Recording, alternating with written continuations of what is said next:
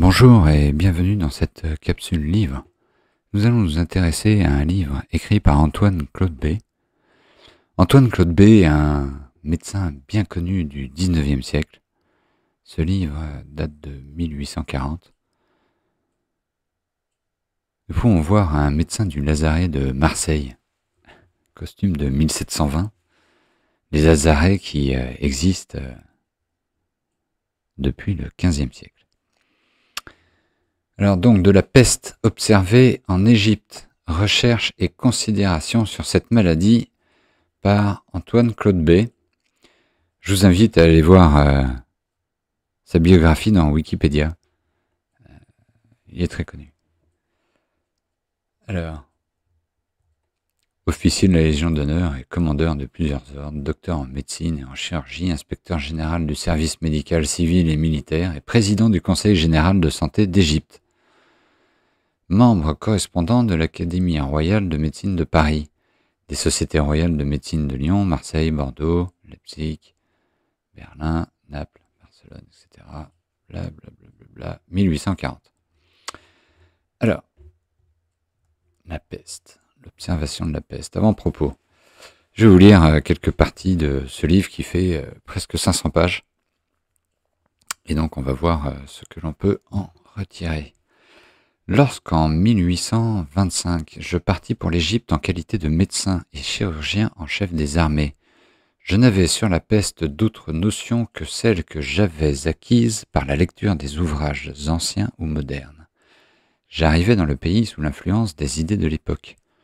Je croyais à la contagion, non point comme à un fait incontestable, bien démontré, mais comme à une opinion adoptée par le plus grand nombre des médecins. À part cela, j'étais sans théorie arrêtée, sans système prémédité ni exclusif, et je voulais attendre les faits pour juger. Par une circonstance assez extraordinaire, ce fut presque aussitôt après mon arrivée que j'eus l'occasion d'observer le premier cas de peste. Et voici comment. Le 13 février, lendemain du jour de mon débarquement à Alexandrie, ayant été invité à dîner chez M. Drovetti, consul général de France, j'y trouvai un capitaine languedocien qui me pria d'aller voir un homme de son équipage malade à son bord. Je m'y rendis, accompagné de M. Bernard, mon confrère et mon ami. Déjà nous avions touché et examiné le matelot, quand, en poursuivant nos investigations, nous découvrîmes un énorme bubon sous l'aisselle gauche et un charbon sur l'épaule correspondante. Je reconnus bientôt qu'il s'agissait d'un cas de peste. Je le déclarai au capitaine et fus sur le champ en prévenir le consul général de France, préoccupé que j'étais des idées de contagion. Le malade fut aussitôt transporté à l'hôpital où il succomba 5 jours après. Cet événement eut pour effet de prévenir favorablement sur mon compte le public européen, qui s'étonna du diagnostic que j'avais porté sur une maladie que je n'avais pas encore eu l'occasion d'observer. D'un autre côté, je fus surpris de ne point rencontrer dans la peste les symptômes extraordinaires dont le vulgaire et même quelques monographes font une peinture si effrayante.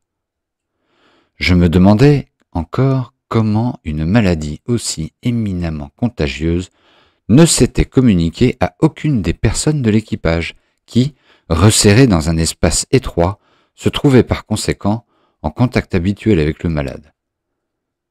Comment il se faisait que nous n'eussions pas été atteints, M. Bernard et moi, ainsi que l'infirmier qui avait soigné le matelot?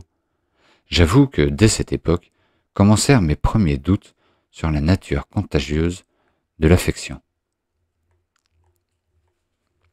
On va aller un petit peu plus loin. Dans une circonstance aussi importante, une commission était surtout nécessaire pour donner de l'authenticité et de la valeur aux observations. Car, cela est pénible à dire, mais un observateur isolé ne peut ou ne veut souvent voir qu'une partie du tableau. L'exagération de quelques phénomènes de la maladie remplace alors les vues d'ensemble et le travail devient spécieux et nul. Pour éviter ce grave dommage, la commission s'est rendue religieusement 2 fois par jour à l'hôpital aux heures fixées pour les réunions. Les observations cliniques ont été exactement recueillies par elle. Aucun moyen d'analyse n'a été négligé, soit au lit du malade, soit à l'amphithéâtre. Elle n'a jamais été arrêtée par le sentiment de sa propre conservation. Une complète abnégation d'elle-même a toujours présidé à l'exercice de ses pénibles fonctions. On parle toujours de la commission. Dans toutes les phases du mal, elle s'est toujours comportée comme dans les maladies ordinaires. Jamais elle n'a eu recours à la moindre mesure prophylactique. Les rapports avec les pestiférés ont été immédiats, complets. L'administration des soins a été libre de craintes et d'obstacles.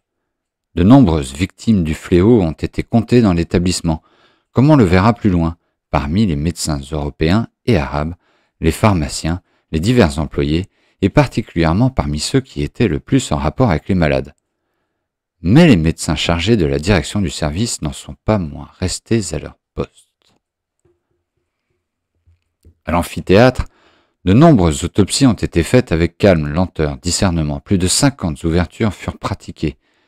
Et toujours, toutes les lésions pathologiques ont été scrupuleusement appréciées, de manière à ne laisser aucun doute sur leur siège ni leur nature. Un peu plus loin, ainsi l'on voit que rien n'avait été négligé pour la réussite de notre entreprise, et que nous nous trouvions placés dans les circonstances les plus favorables pour observer avec fruit et apprécier les faits à leur juste valeur.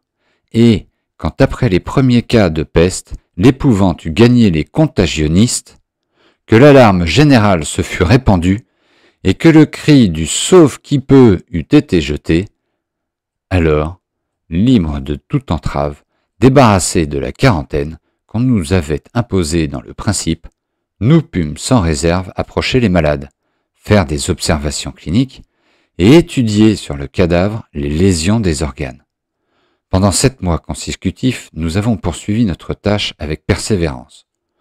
Toujours réunis dans les salles de l'hôpital ou à l'amphithéâtre, ce n'a été entre nous qu'une longue série de consultations et d'observations, depuis le début jusqu'à la fin de l'épidémie.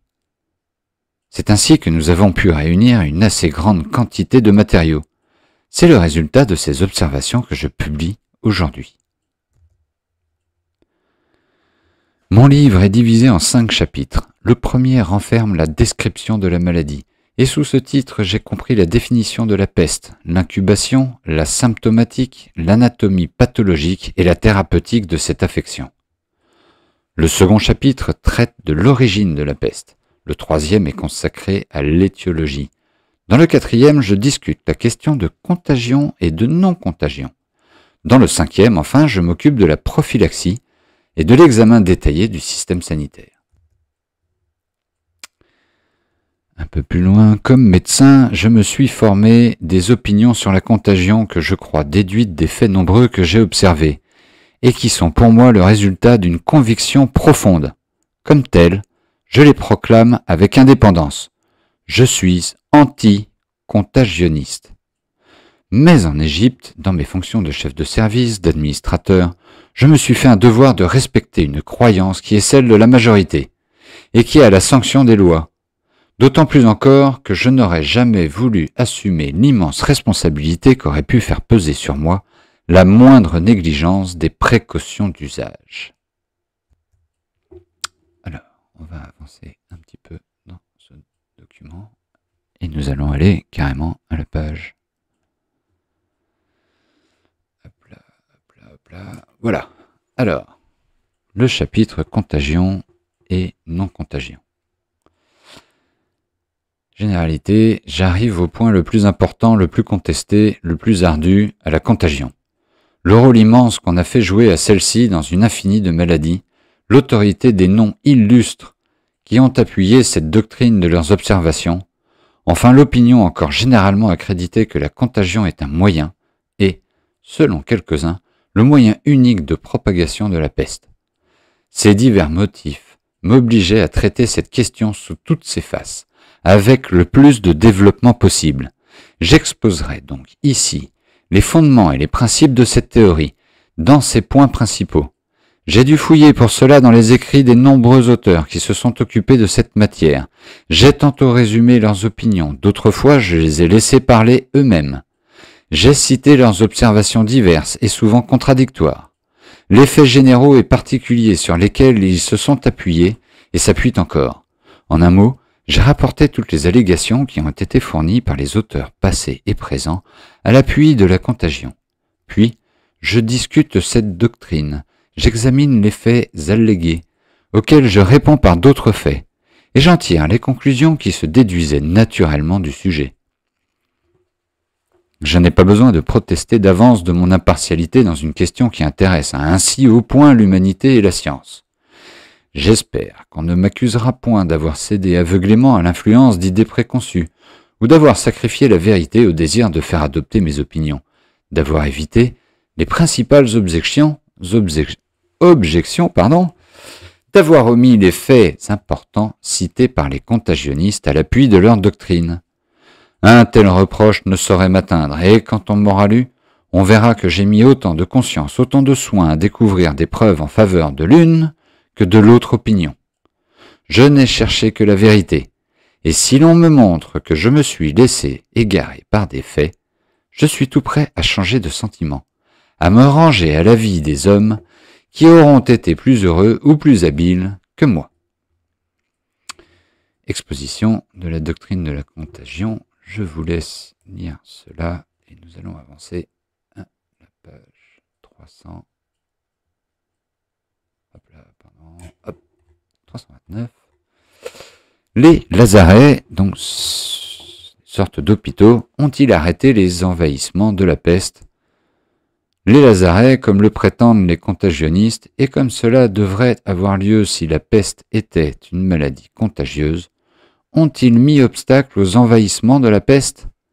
Pour résoudre cette question, il suffit de jeter un coup d'œil sur l'histoire générale des pestes. On verra combien sont peu fondées les assertions des contagionnistes et combien ont été inefficaces ces barrières qu'on a prétendu opposer au fléau pour l'arrêter dans ses débordements. La fondation des lazarets date du XIVe siècle. Alors, avançons à 334. L'isolement et la séquestration préservent-ils de la peste? Si la peste était contagieuse et uniquement contagieuse, comme le prétendent certaines personnes, l'isolement et les quarantaines devraient toujours en préserver. Or, nous allons montrer que cette immunité par l'isolement est excessivement rare, et que quand elle a lieu, cela ne prouve rien en faveur de la contagion. Je vous laisserai voir la suite et nous passons un petit peu plus loin. 342. Hop là. Alors, le 16e point, nous devons le fait suivant à l'obligeance du docteur Abbott. Au Caire, Madame Bridgley, qui s'était soumise avec son mari et sa famille à une quarantaine sévère, fut atteinte de la peste et mourut. Son mari, qui pendant tout le cours de la maladie n'avait cessé de partager son lit, n'éprouva aucun symptôme de la maladie, non plus que les autres personnes de la quarantaine. Après la mort de Madame Bridgley, on découvrit que son singe favori avait été se promener sur la terrasse de la maison, où les contagionnistes supposèrent qu'il devait avoir touché quelque objet pestiféré, ce qui aurait occasionné la mort de sa maîtresse.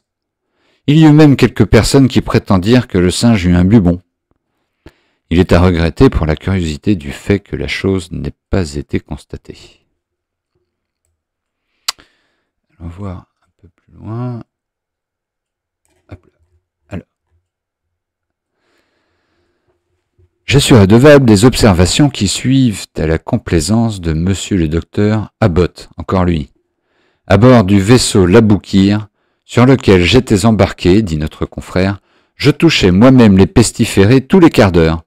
J'obligeais encore mes assistants à les toucher, à s'asseoir sur leur lit, et à y rester pour administrer les remèdes 1 heure durant, après quoi ils étaient remplacés par d'autres aides. Ni moi, ni mes assistants ne fûmes attaqués de la peste. L'hôpital, à bord de mon vaisseau l'Aboukir, était organisé de façon à contenir 8 personnes, séparées de droite à gauche et de haut en bas par des barres distantes de 3 pouces.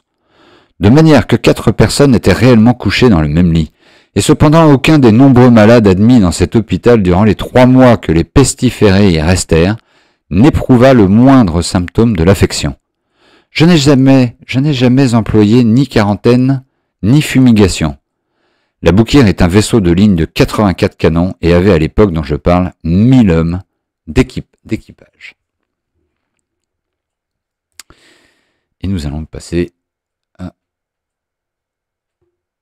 une partie de la conclusion. Alors, conclusion. Point 1. Nous résumerons de la manière suivante ce que nous avons dit de la prophylaxie des affections pestilentielles. 2.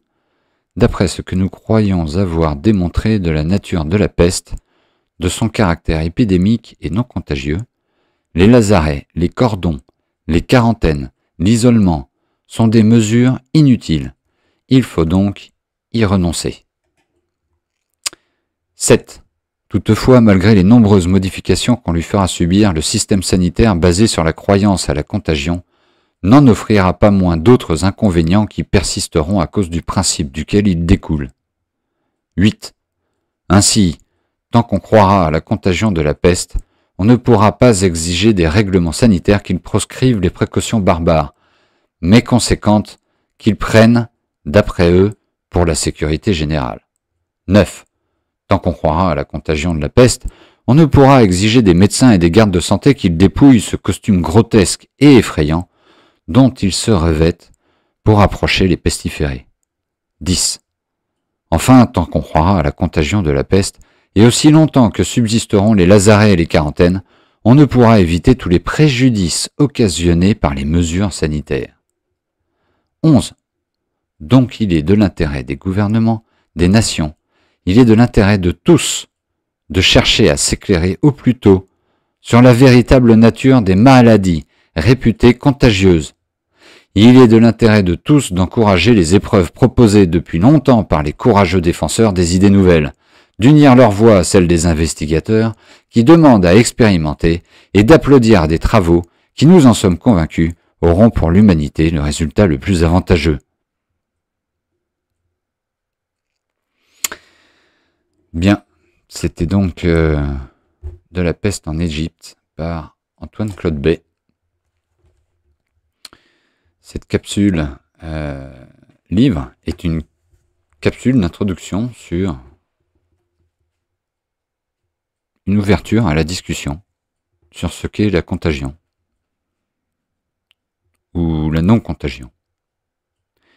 Et si la contagion a déjà été prouvée pour quelque maladie que ce soit. C'est une question ouverte et nous verrons dans une prochaine capsule que quelques auteurs défendent cette idée. Merci d'avoir écouté et à bientôt.